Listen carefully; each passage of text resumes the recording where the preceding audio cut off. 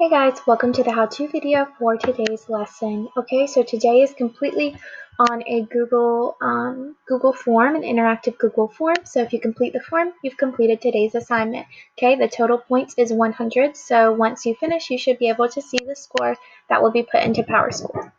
Okay, so we're just going to introduce you to surface area of cubes and rectangular prisms. Okay, today you'll be looking at surface area of different shapes, cubes, rectangular prisms, and some triangular prisms.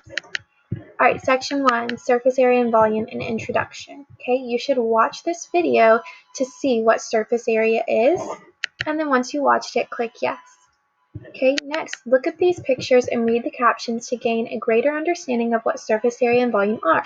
Okay, so real quick, we can think of surface area as the perfect amount of wrapping paper needed to cover a present without any extra paper or any blank spaces. Now for volume, we can think of volume as the amount of space a figure takes up. We could also think of it like the amount of water needed to fill the shape. Okay, knowing that. Next, I want you to read this passage. This just kind of goes over a little bit more the difference between surface area and volume. Once you've read it, select yes. Okay. And then here's one on surface area. Once you've read it, select yes. Okay, next we have a question. If Christopher is painting the outside of a box, is that the surface area or volume? Select your answer. Christopher is filling a box with water. Is that the surface area or volume? Select your answer. All right, section 3, surface area of cubes. Okay, first you should watch this video to see what the surface area of a cube is. Once you've watched the video, select yes. All right, next question, fill in the blank. The surface area of a cube is the sum of how many equivalent squares? So select how many squares make up a cube. Okay, which of the following is a net of a cube? Look at the 3 pictures and select the one that is a cube. Okay, next, here is an example of how I solved for surface area of this cube.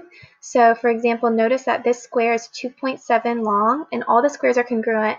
So, and all the sides of the square are congruent. So, if this side is 2.7, this side is 2.7. So, the area of square 1 is 2.7 times 2.7.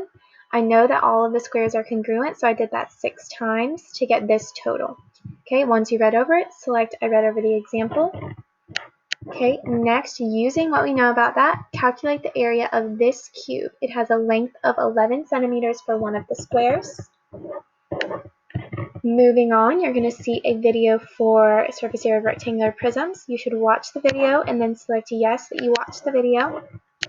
You should read over the example. Now, rectangular prisms is a little harder than squares because not all of the shapes are the same size, but it is just, the area of 6 rectangles added together.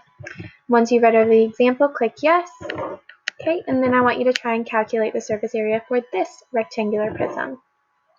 Once you've done that, you are all done for today. Bye!